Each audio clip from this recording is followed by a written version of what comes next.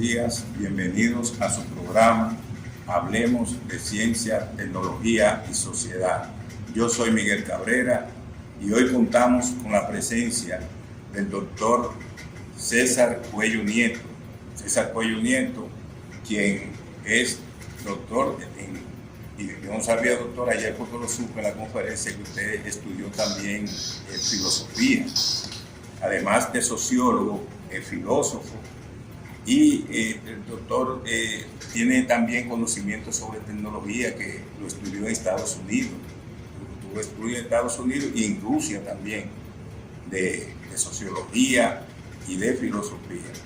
El doctor César Cuello va a analizar el tema impacto de la ciencia y la tecnología en un mundo en cambios y transformaciones. El doctor va a hacer una exposición y a partir de esa exposición, entonces le voy a hacer algunas preguntas. El profesor César Cuello fue mi maestro hace muchos años, me impartió la materia lógica formal y dialéctica. Ahí fue que yo aprendí el concepto de la lógica diferenciada, la lógica formal de la lógica dialéctica, porque en ese entonces los marxistas, el marxismo te enseñaba la lógica dialéctica, pero la lógica formal no. Uno no la aprendía sino era en las aulas universitarias. Y el doctor César Cuello era profesor de la Facultad de Ciencias Económicas y Sociales de esa materia, y recuerdo que la tomé con él. Y ahí fue que comprendí esos conceptos, a diferenciar lo que era la lógica formal y la lógica dialéctica. Pero César Cuello Nieto no solo duró cerca de 40 años dando clases en la UAS, sino también que impartió docencia y tuvo en INTEC, estuvo también dirigiendo FLASO. Es decir, tiene una experiencia vasta en lo que es también el problema de la ciencia y la tecnología. Es un gran investigador, un investigador a tiempo completo de toda la vida, siempre investigado, y hoy también traemos esos conocimientos que el doctor César Cuello va a impartirnos. Yo seré oyente de esa cátedra que él va a dar al inicio y luego le haré alguna pregunta. Buenas, doctor. Bien, ojalá en algún momento podamos hablar de esa experiencia de la enseñanza de la filosofía, particularmente de la lógica formal y dialéctica, porque extrañamente esas materias, con las modificaciones que vinieron luego de la caída del campo socialista, pues se consideró que no eran útiles, que no eran importantes. Yo creo que fue un tremendo error, pero bueno, así es el devenir. Mire, como vamos a hablar de ciencia, tecnología y sociedad, y el impacto de la ciencia y la tecnología, a mí me gusta comenzar hablando de esta temática, me gusta comenzar enmarcando la ciencia y la tecnología en la cultura y en la sociedad. ¿Por qué? Porque son elementos, dimensiones de la sociedad vivos. Son dimensiones que no permanecen estáticas, que están constantemente también cambiando, que son motores. En mayor o menor medida, la ciencia y la tecnología son motores de cambio social y cambio cultural, no solo económico. Entonces, me gusta enmarcar el movimiento de la ciencia y la tecnología en la sociedad y en la cultura. ¿Por qué? Bueno, de primera entrada hay que decir que la tecnología y la ciencia son elementos constitutivos de la cultura y de la sociedad, es decir, que están inmersos allí, que son, como decía, motorizadores de la cultura, de la sociedad, que se influyen recíprocamente. Entonces, a partir de allí, me gusta esclarecer también qué es ciencia y qué es tecnología, porque la gente manosea estos términos, estos conceptos, pero muchas veces no sabe diferenciar qué es ciencia, qué es tecnología, qué es lo particular en uno y en otro concepto, en otra dimensión de estos aspectos de la sociedad. Mucha gente cree que la tecnología es ciencia y que la ciencia es tecnología y que toda ciencia viene y que toda tecnología viene de la ciencia. Nada más erróneo. La tecnología tiene que ver con la actividad práctica inmediata de la gente. La tecnología surge desde los primeros orígenes del ser humano, desde el más remoto origen, como una forma de resolver problemas prácticos. Desde que el ser humano toma una lanza o un palo para bajar una fruta, o toma una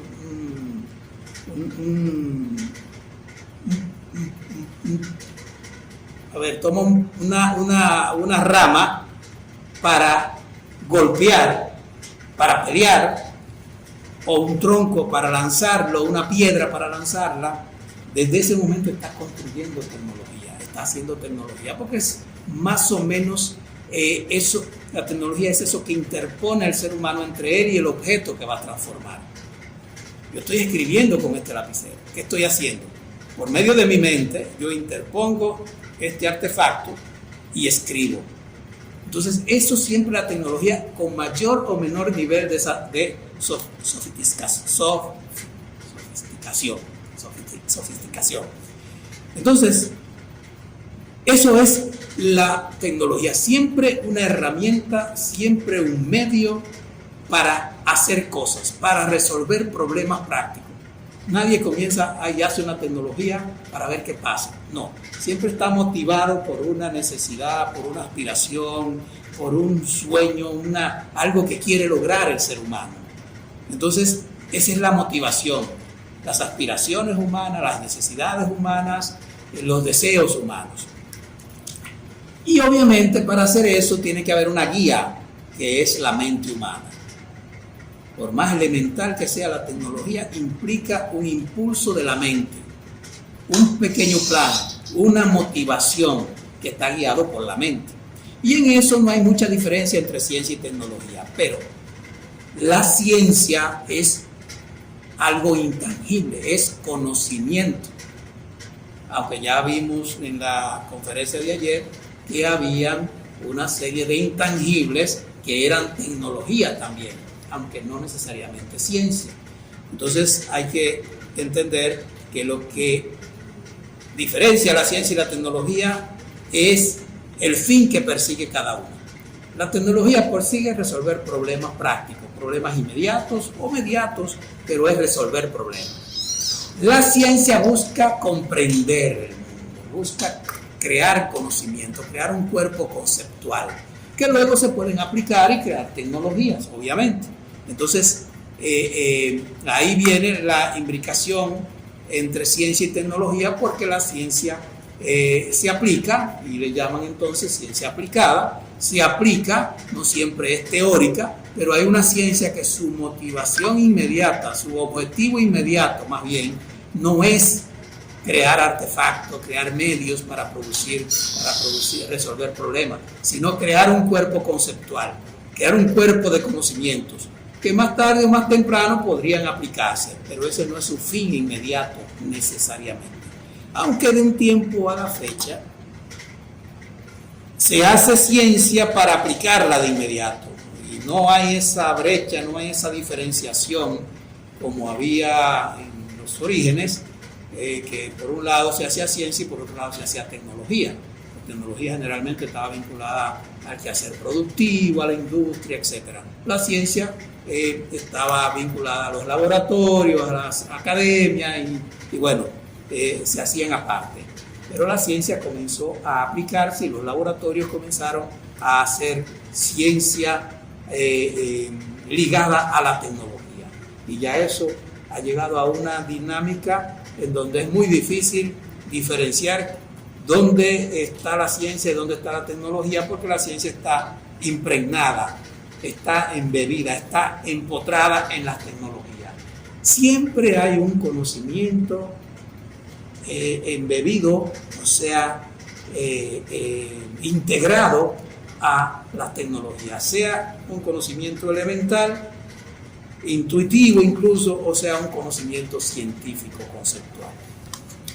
Dicho esto, entonces, podemos decir que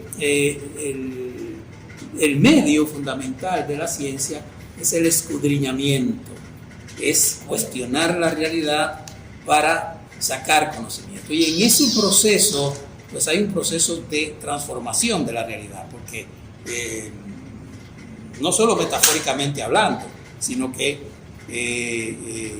esa transformación de la realidad, y yo lo hablaba esto en mis clases de lógica dialéctica, esa transformación es muchas veces mental, teórica. Se descompone el objeto mentalmente. No siempre la descomposición que hace la ciencia del objeto que estudia es física, material, como en un laboratorio. Muchas veces, sobre todo cuando se trabaja en el plano de la sociedad, usted no puede desmembrar los grupos sociales o el objeto social, el objeto individual que está estudiando. Usted tiene que hacer un desmembramiento, pero mental, ¿no? Entonces se desmembra el objeto mentalmente, se analiza y luego se estudian esas partes y se integra luego. El proceso que va de lo particular a lo general, de lo abstracto a lo concreto y todo esto, ¿no? En ese proceso, decía, hay un impacto en la cultura. Cuando se genera nuevo conocimiento, se está impactando en la forma de ver el mundo, en la forma de hacer las cosas, en la forma de entender tanto la sociedad como la naturaleza, como el mismo ser humano. Es decir, esta dinámica es así. Cuando Darwin formula su teoría de la evolución, pues esto impactó en la forma de ver el mundo, de entender el mundo, de entender la evolución humana, ¿no? Obviamente. Cuando Marx crea su teoría del materialismo histórico de la sociedad, crea un impacto tremendo, porque es otra forma de ver el mundo a partir no de fórmulas mágicas ni de voluntades mágicas, sino de una dinámica propia, de una dinámica de las mismas fuerzas que integran la sociedad, sobre todo las fuerzas productivas, las fuerzas sociales, la voluntad humana, obviamente, y por supuesto la incidencia de la historia sobre la misma sociedad. El conocimiento entonces crea nuevas visiones del mundo, impacta en cómo la gente se percibe, cómo la gente percibe la sociedad, percibe la realidad y percibe la naturaleza. Obviamente esto crea un tremendo cambio. Las personas cambian con esa nueva visión. La sociedad cambia con esa nueva visión. Las instituciones se modifican, obviamente.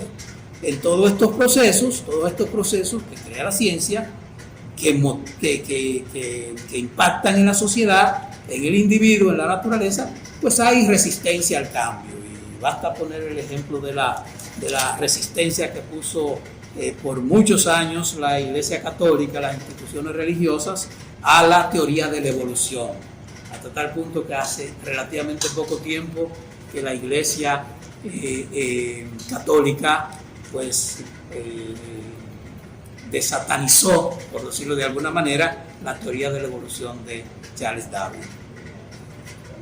Entonces, la ciencia es motivo de cambio social, impacta, cambia. Yo no estoy diciendo necesariamente para bien, porque el impacto puede ser negativo, puede ser positivo, puede ser negativo. Generalmente se asume que el cambio social motivado por la ciencia es positivo, pero no todo el mundo lo ve así. La tecnología, por su parte, impacta, pero de manera más inmediata. El cambio, las revoluciones tecnológicas impactan, pero en los marcos de una generación, incluso puede haber cambios continuos o saltos, podríamos decir revoluciones en muy poco tiempo. Obviamente, estos cambios siempre están ligados a motivaciones de grupos, motivaciones de la sociedad, motivaciones de sectores, y uno de los sectores que más impulsa el cambio tecnológico es el sector económico, el ámbito económico. Pero el ámbito económico no existe separado de las demandas de la sociedad, del consumo, de las búsquedas de ganancia, de rendimiento, de productividad, lo que llaman en una palabra búsqueda del desarrollo económico, crecimiento, etcétera. Yo no me voy a meter en esos conceptos, pero sí hay un impacto muy directo de la ciencia y la tecnología en esto que se ha llamado desarrollo y crecimiento económico. Hasta tal punto que hay quienes creen que todo el impacto de la ciencia y la tecnología en la sociedad es motivo de desarrollo, es decir, fortalece el desarrollo. No todo el mundo está de acuerdo con eso, incluyéndome a mí. Yo creo que hay sendas de desarrollo que se siguen motivados no por lo que necesita la gente, necesita la sociedad, necesitan los sectores mayoritarios, sino por lo que aspiran sectores específicos, sectores interesados en que la sociedad se enrumbe por uno u otro camino. Y esto obviamente no necesariamente conduce al bienestar, al progreso social. No todo desarrollo científico y tecnológico, en una palabra, motiva o lleva al progreso social. Progreso social entendido como mejora de las condiciones de vida de la gente, las condiciones sociales, el bienestar de la gente. Esto hay que decirlo porque si no tenemos una visión crítica del desarrollo y evolución de la ciencia y la tecnología, entonces nos creemos el cuento de que todo lo que viene de la ciencia y la tecnología y de la economía es para bien de la humanidad o para bien de todos. No es cierto que para bien de todos. A veces los impactos son negativos, los impactos son solamente en una dirección, los impactos son para fortalecer a algunos sectores y olvidarse de otros. Obviamente esto depende de la estructura política, las estructuras ideológicas, esto depende del sistema, del modo de producción en donde se esté desarrollando la tecnología. Un modo de producción basado en el beneficio particular, en la ganancia como valor principal, como meta principal, entonces es una sociedad que tiende a priorizar los intereses de una minoría que tiene los recursos productivos, los medios económicos concentrados en su poder. Una sociedad, un sistema social en donde se prioriza el bienestar humano, la condición social, en donde se prioriza la mejora del individuo, de los grupos y de las instituciones, y obviamente se toma en cuenta la integridad del medio ambiente, es una sociedad que tiene más controles y tiende a redistribuir mejor los resultados del desarrollo de la ciencia y la tecnología. Eso no hay que perderlo de vista, porque tenemos claro cuáles son los modelos que producen o que fortalecen y propician el desarrollo social y humano. Una sociedad basada meramente en el egoísmo, en la centralización de la riqueza, en la centralización del poder económico y político, es una sociedad que por lo general relega la condición humana, el desarrollo social y obviamente el cuidado de la naturaleza. Por eso tienen que haber esos controles, por eso tiene que haber ese balance para que no se vaya el famoso progreso, no se vaya en una dirección. Entonces, volviendo a lo que es la tecnología es esa ideación que hace el ser humano para resolver problemas inmediatos. Y esto es importante tenerlo en cuenta porque la tecnología no se produce para a ver qué pasa, para alguna vez, para algún día. Por eso es que la tecnología implica una inversión inmediata, implica una inversión económica, implica un costo y sobre todo la investigación tecnológica es costosa. Por eso, las investigaciones tecnológicas que conducen al cambio, a la transformación, a las revoluciones en la sociedad generalmente son impulsadas por los países más desarrollados, por los países que tienen más poder económico, más riqueza. Le toca entonces a las sociedades menos desarrolladas importar, transferir esas tecnologías con una serie de trabas, con una serie de obstáculos, porque el que tiene la tecnología y el conocimiento no lo quiere ceder. No lo quiere ceder sencillamente porque eso cuesta dinero, porque eso cuesta recursos, y no están dispuestos a dárselo a cualquiera. Hay que comprar esa tecnología, hay que adquirirla. Y si no se tienen recursos para adquirir esa tecnología, usted no la tiene, usted no llega ahí. Por eso, decía Marx, que la tecnología en manos de un sistema que concentra el poder en unos cuantos productores, en unos cuantos capitalistas, no se convierte en factor de crecimiento humano, en factor de desarrollo humano. Al contrario, empobrece a los sectores más desposeídos. Eso lo dijo Marx en el siglo antepasado, el siglo XIX, la segunda mitad del siglo XIX. Cualquiera me diría, eso ya no tiene vigencia. Ahora, cuanto más se produce tecnológicamente, cuanto más impacto tiene la tecnología, más se le toca a los de abajo. Bueno, eso pretenden algunos, decirnos que hay que producir, hay que invertir en tecnología, porque entonces hay un crecimiento, y mientras más crece, viene entonces la famosa teoría del derrame. Algo va a derramar y le va a caer las migajas a los que están abajo, pero es migajas. O sea, siempre va a haber esas élites que se están aprovechando del desarrollo científico y tecnológico, y que son los que tocan la mayor parte. Y me dirán, bueno, claro que sí, que tiene que ser así, porque yo puse el capital. Sí, usted puso el capital, es verdad, pero alguien puso su fuerza de trabajo, sus energías físicas y mentales, para que usted pusiera en movimiento su capital, su riqueza. Entonces no lo olvide, porque si olvida eso, usted está diciendo que usted está trabajando con sus propias tecnologías y con sus propios medios de producción, y que entonces los otros no están aportando nada. Y eso no funciona así. Se necesita la fuerza de trabajo, se necesita la mano de obra, se necesitan los trabajadores a nivel físico y a nivel mental, y con más razón ahora que se necesitan expertos con la gran revolución digital, la gran revolución de las tecnologías digitales, y ahora más con la inteligencia artificial. Necesitan mentes formadas, necesita la energía intelectual.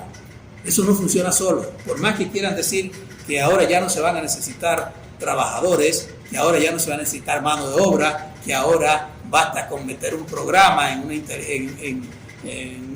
un artefacto y ya se maneja con inteligencia artificial. No, porque esa inteligencia artificial, como un diseño que es artificial, tiene que idearlo alguien. Por eso que la tecnología es siempre un proceso de ideación. Tiene que idearlo alguien. Tiene que ponerles metas a alguien. No se puede dejar todo a la automatización. De hecho, ahora mismo se está hablando de no dejar en manos de la inteligencia artificial el manejo de ciertas tecnologías, que sería catastrófico. Por ejemplo, ¿cómo le van a dejar a la decisión de la inteligencia artificial el manejo del botón nuclear? No se puede. De hecho, hay quienes ya potencias que están diciendo, pongámonos al día con esto y no perdamos de vista que cuando usted pone en marcha un proceso de inteligencia artificial, probablemente no lo pueda revertir. En cambio, si lo seguimos manejando en forma humana, sin dejar de ver que la inteligencia artificial también es humana, no quise decir que no fuera humana, es humana porque es creada por seres humanos, es en fin de cuentas tecnología también, pero cuando se pretende dejarla al libre albedrío, y se pretende darle libre albedrío a la inteligencia artificial, entonces estamos hablando de algo muy serio. Muy serio, y estaríamos ya en los tiempos de Terminator y de otras producciones de ciencia ficción. Entonces todo eso está en discusión, todo eso está en debate. No estoy cuestionando la importancia, la revolución que está significando y va a resultar y va a significar la inteligencia artificial, de ninguna manera. Esto hay que prestarle mucha atención. La academia debe prestarle atención a ese debate, porque la academia debe introducir la parte crítica, no es solamente la algarabía de la producción, de la automatización, de todas las grandes ventajas económicas, productivas y prácticas de la inteligencia artificial. Hay que tomar en cuenta también que toda tecnología tiene impactos positivos, impactos negativos, impactos detrimentales, por decirlo de alguna manera, y impactos que van a edificar, ¿no? Entonces, eso se ve en todas partes. Por más que se diga que no, siempre va a haber un impacto favorable y unos impactos favorables y unos impactos desfavorables. Aún sea porque unos sectores se benefician más que otros y unos más que otros. Unos se benefician menos y otros se benefician más. ¿Por qué? Bueno, porque obviamente unos están más cerca de esas tecnologías, unos están más involucrados en términos de conocerla, manejarla, beneficiarse de ellas directamente, que otras. Otros les toca, digamos, por decirlo de la forma que lo dije anteriormente, le toca la migaja. Ahora, una pregunta importante es: ¿siempre las tecnologías sirven para crear más libertad? ¿O hay posibilidad de que las tecnologías, por el contrario, creen ese doble efecto? Por un lado son liberadoras y por otro lado, hasta cierto punto, esclavizadoras. Veámoslos directamente. Hay gente que esto lo libera, pero hay gente que han sido esclavos, que están esclavizados a este aparato, a esta tecnología. No lo perciben ni siquiera esclavizado. Yo.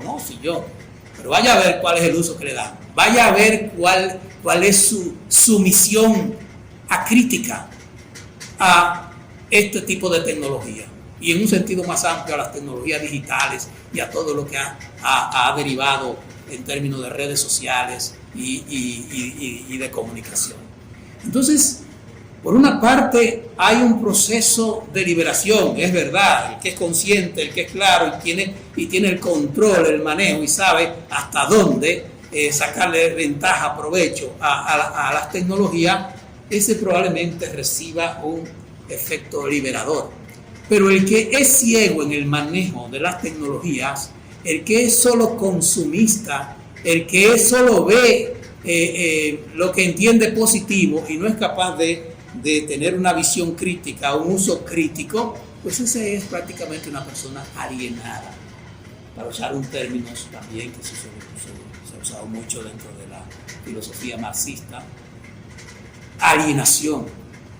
¿Por qué alienación o enajenación? Porque está fuera de su mundo, no está utilizando su mente en el sentido estricto de la palabra, está esclavizado, está sometido al uso ciego, al uso irreflexivo de unas tecnologías que podrían ser más beneficiosas, que podría sacársele más ventaja. Y vuelvo a la academia de nuevo. Le toca a la academia y le toca a los sectores más claros, más críticos,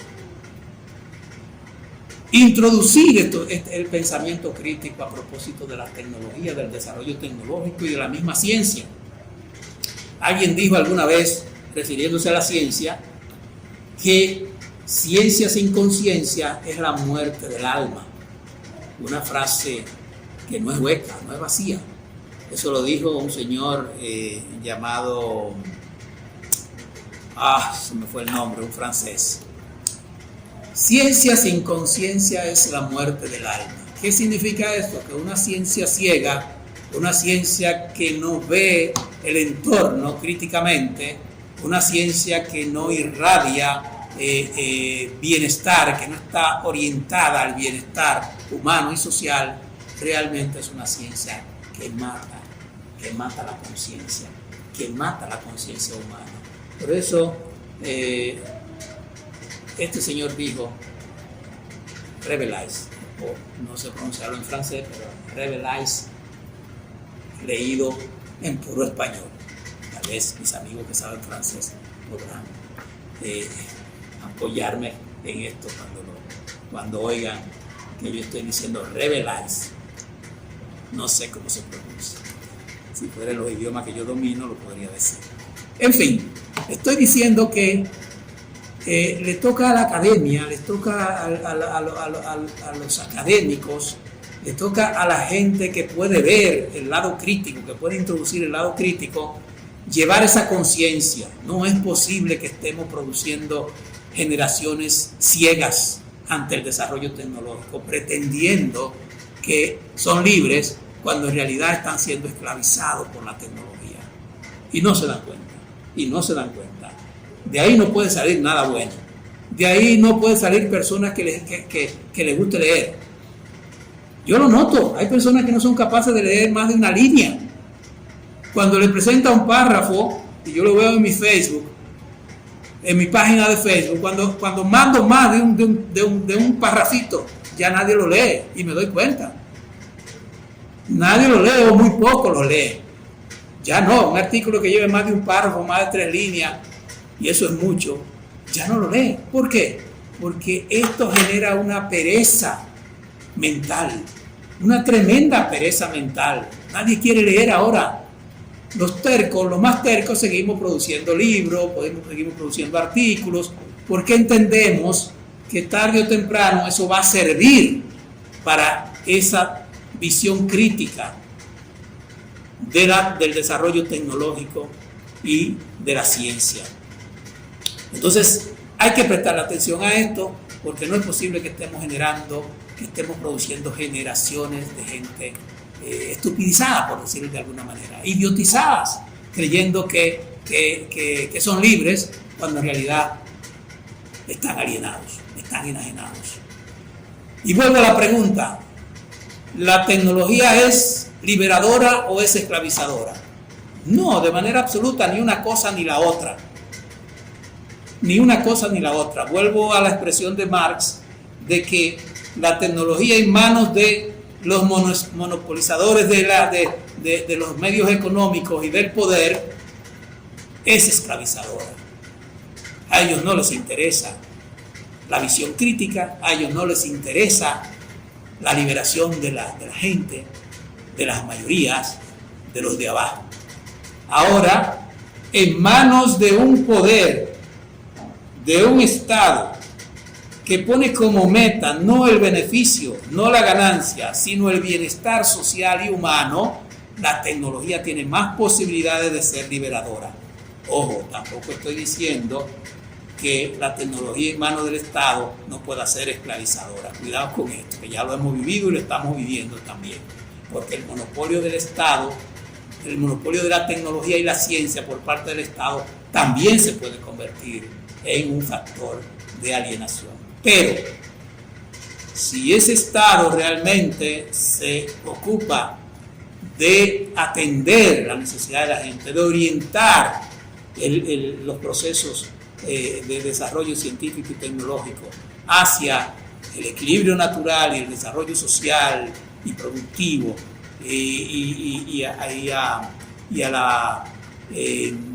a los beneficios de la gente, entonces yo creo que puede ayudar más.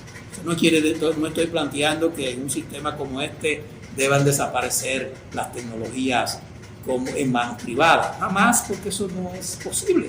Estamos en un sistema capitalista, atrasado, todo lo que se quiera, pero es capitalista.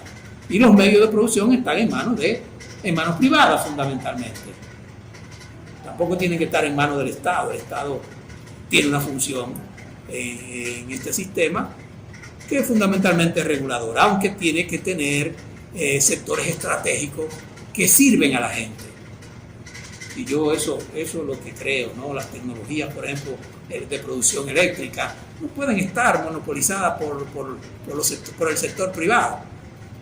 Las tecnologías de la salud tampoco deben estar monopolizadas. Las tecnologías educativas tampoco deben estar monopolizadas. Eso no significa que no incursione el sector privado, pero no pueden estar monopolizadas porque todo esto tiene una incidencia directa en las condiciones de vida de la gente, en el bienestar de la gente, en la edificación de un ser humano consciente, de un ser humano crítico, ¿no? Entonces, eso no nos va a llegar por el lado privado. Olvidémonos de eso, porque ese sector se mueve nada más por intereses inmediatos.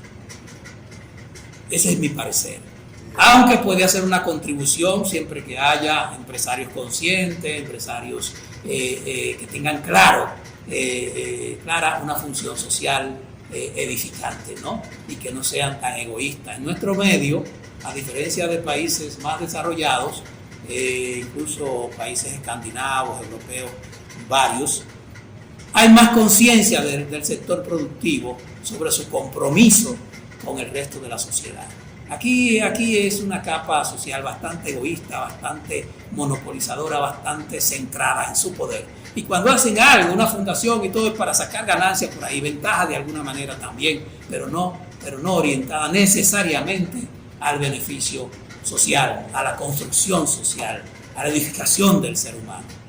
Repito, no quiere decir que no se hagan cosas por ahí positivas, se hacen y hay ejemplos, ¿no? No quiero ser aquí un satanizador de los sectores productivos, porque en una sociedad como esta su rol es inevitable, su rol y el aporte que hacen no tiene por qué ser negativo. Hay 2 obras que usted escribió, una trata sobre tecnología, sobre ciencia, incluso, y ahí te habla del medio ambiente, es decir, cómo ese libro lo trae ahí, un libro muy importante. Hay otro también sobre capital intelectual, es decir, esos dos tomos, son 2 libros muy importantes, análisis que usted hace, estos 2 tomos que usted publicó. El primero hace varios años, donde se pronostican algunos cambios que hoy lo vemos realidad. Es decir, ¿qué lo motivó a usted a incursionar y producir estas 2 obras que son obras de consulta? Yo le exhorto a los investigadores, a los científicos, a los estudiantes, que consulten estas 2 obras. Son 2 obras que a mí me han ayudado mucho a comprender los cambios que se han dado y las transformaciones, tanto en la ciencia como en la tecnología. Sobre todo me impresionó mucho esa conferencia que usted dictó ayer, donde explica esa obra, Gestión del Capital Intelectual en las Instituciones de Educación Superior, caso de la Universidad Autónoma de Santo Domingo. Esa explicación que usted da ahí, sencilla, que dio aquí ayer en la conferencia, pero profunda, con gran profundidad, a mí me impresionó bastante porque comprendí la realidad y los casos que se dan de muchas debilidades que todavía nosotros podemos ir superando. Esas son 2 contribuciones que la sociedad dominicana debe sentirse satisfecha de que un ciudadano de nuestro país se haya intelectual, investigador y dedicado a la ciencia, haya producido materiales como estos, que son aportes. Este libro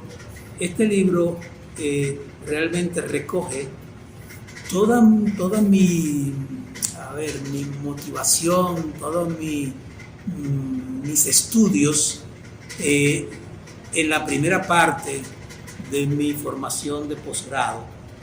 Cuando hacía mi maestría en la Universidad Politécnica en Nueva York, la mayoría de estos temas fueron inspirados ahí, después yo los fui desarrollando. Algunos se publicaron como artículos de revista, pero fue allí donde se me amplió la visión sobre el tema de la del impacto social de la ciencia y la tecnología, de la necesidad del estudio particular como objeto de estudio de la tecnología, esos impactos a todos los niveles, la tecnología como algo complejo. Entonces, por eso es que este libro se llama La compleja existencia de la tecnología. Recoge todas esas inquietudes, recoge tal vez la mayor parte del aprendizaje que tuve en mi formación en transferencia de tecnología y filosofía de la tecnología en la Universidad Politécnica, que viniendo del campo de la filosofía y la sociología, pues fue una forma de proyectar esa formación más teórica, más abstracta que yo tenía, de concretizarla en estudios concretos de la ciencia y la tecnología y del medio ambiente en particular. Este libro lo publicó el Banco Central en el 2012.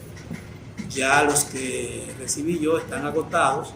Los últimos los puse en la Feria del Libro para que algunos los adquirieran, incluyendo usted lo adquirió. Y creo que todavía hay en el Banco Central. Si a alguien le interesa obtenerlo, pues tendrá que ir al Banco Central, en la biblioteca del Banco Central. Creo que lo puede obtener. Por lo menos eso me dijeron al inicio. Yo no sé si ya se agotaron, ya se le agotó a ellos, pero ahí. Si no, está en algunas bibliotecas. El otro libro fue otra etapa de mi formación.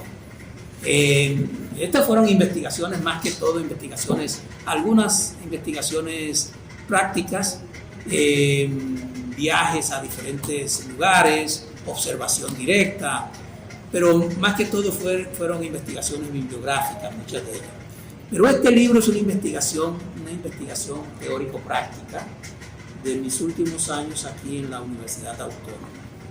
Me interesó el tema porque ya comencé a leer y vi que el capital intelectual venía de la mano del desarrollo tecnológico ya en el siglo XXI, venía de la mano de los avances de las tecnologías, y yo decía, bueno, pero es que de más en más la sociedad o las organizaciones se manejan con conocimientos, se manejan con tecnologías digitales, se manejan con intangibles.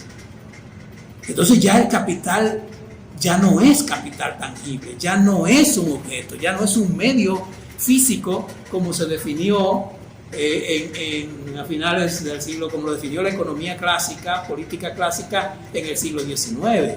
Ahora las tecnologías vienen, la producción está dotada de una serie de intangibles, las organizaciones se manejan con intangibles, y en el caso particular de las instituciones de educación superior, por su propia naturaleza se manejan con intangibles, porque lo que los docentes transmiten, ¿qué es? Son intangibles, es conocimiento, son ideas, son fórmulas matemáticas, fórmulas químicas, lo que sea, pero es conocimiento. Entonces, por su naturaleza, la academia está dotada de capital intelectual. Esa es su esencia. Pero además, la investigación, que es otro eje de las academias, no de todas, pero muchas tienen como uno de sus ejes, la investigación para producir conocimientos, no solo para transmitir, como es el caso de la enseñanza, de la docencia, sino para transmitir. Pero también el conocimiento que se genera en la investigación retroalimenta la docencia, como debe ser, porque tenemos un déficit bastante serio en investigación que no permite la deficiencia en producción de conocimientos, lleva a que no todo el que imparte docencia esté retroalimentando su docencia con los conocimientos que está generando, aunque no tiene por qué generarlo necesariamente, sino que puede tomarlo prestado de los libros que se están produciendo. Pero con el tema de Internet y las tecnologías digitales, de más en más se está leyendo menos libros. Entonces es fácil copiar 2 o 3 cosas y írsela a dictar a los estudiantes. Eso es trágico. No, el verdadero conocimiento está en libros, aunque sean digitales. Entonces no es en memes, no es en anécdotas, no es en 2 o 3 frasecitas aisladas por ahí. Está en los libros, en los textos, sean digitales o sean físicos. ¿Cuál es la ventaja que nos traen las tecnologías digitales? Que hay una tremenda cantidad de bibliografía que se puede accesar por vía digital. Y hay un montón de bases de datos y hay un montón de fuentes que están accesibles en las redes digitales. Entonces, eso es una gran ventaja. Pero no hay un hábito necesariamente de los docentes, de muchos docentes, de ir allá a esas fuentes digitales.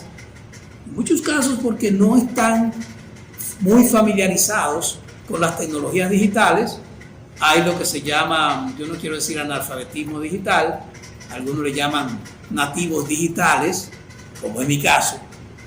No me considero un analfabeto porque a pesar de no ser de la época digital, pues siempre he hecho un esfuerzo por dominar por lo menos algunos rudimentos de las tecnologías digitales que me permitan por lo menos manejarme en una red social, manejarme con estos aparatos y entender que es un programa, porque también en mi formación tomé materia de programación y puedo entender qué es lo que es un algoritmo, qué es lo que es un programa y qué es lo que es la inteligencia artificial en términos de unas tecnologías, para no perderme y creer que es algo mágico y saber que es una tecnología.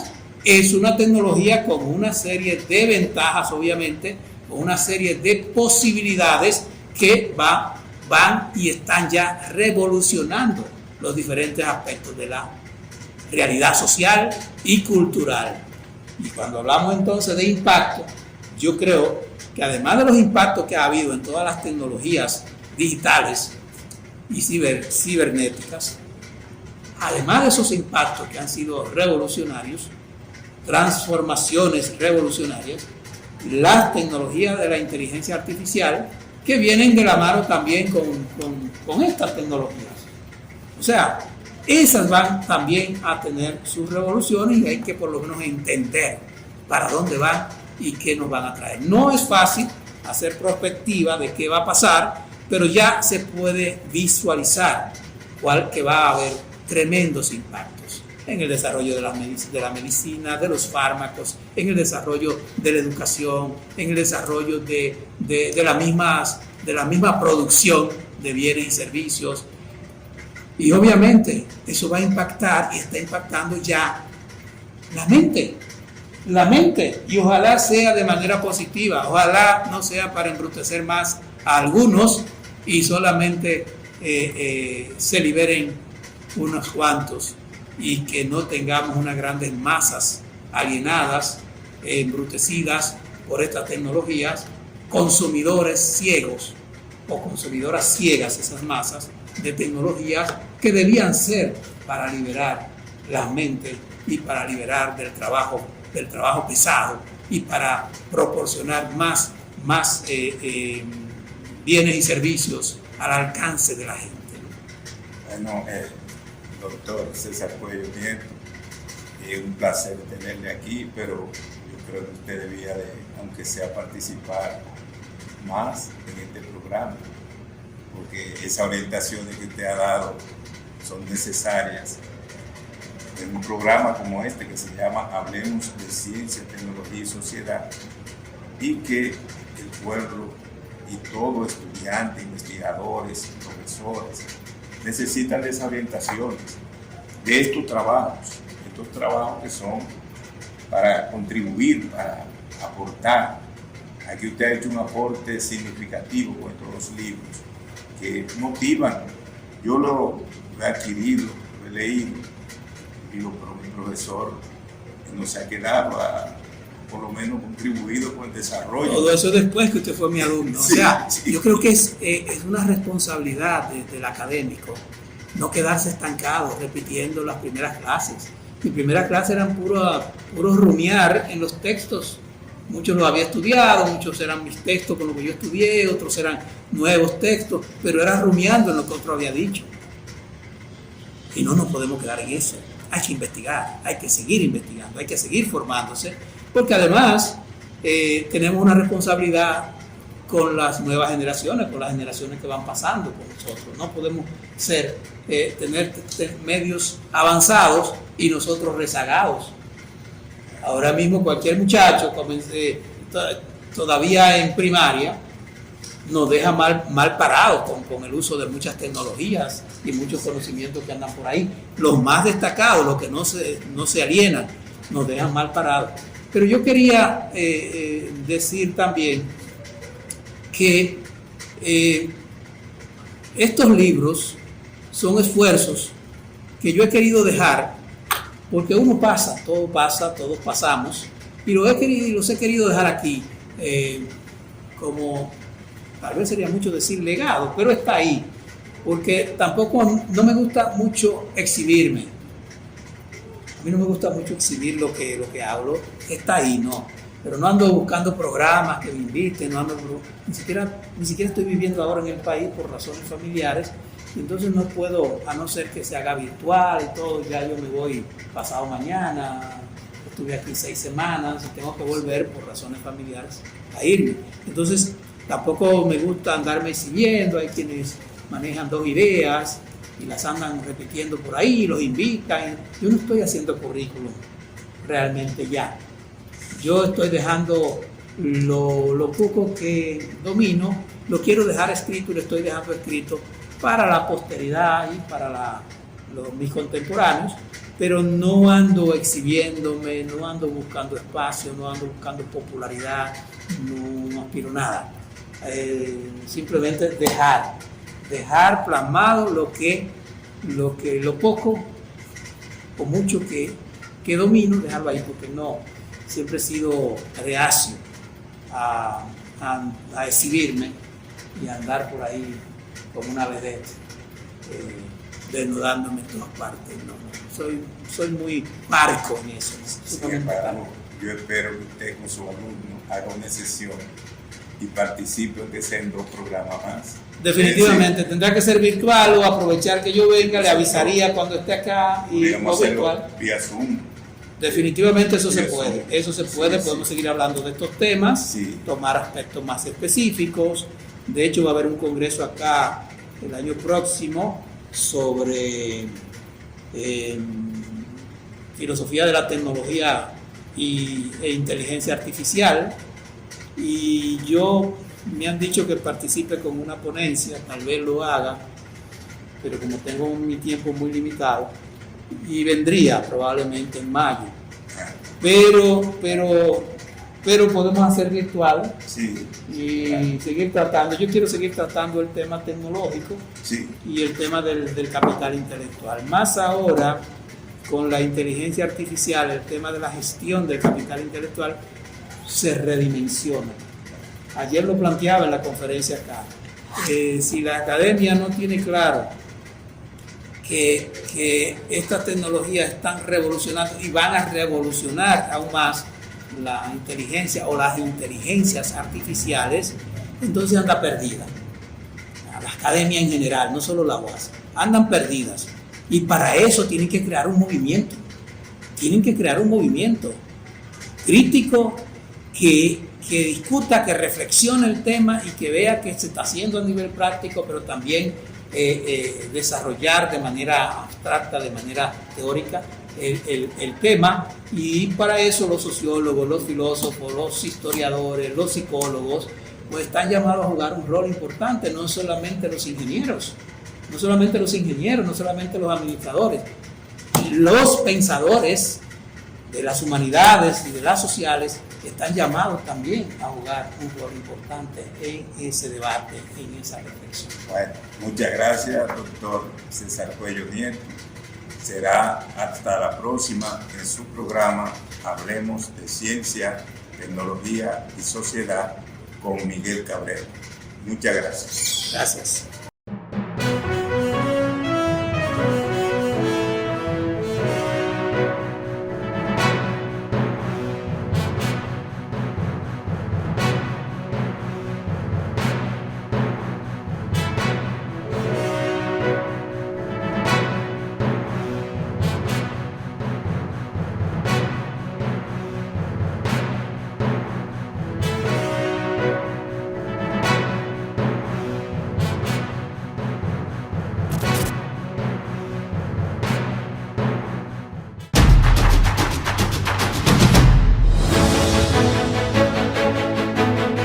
Telesanto Domingo es análisis de la noticia.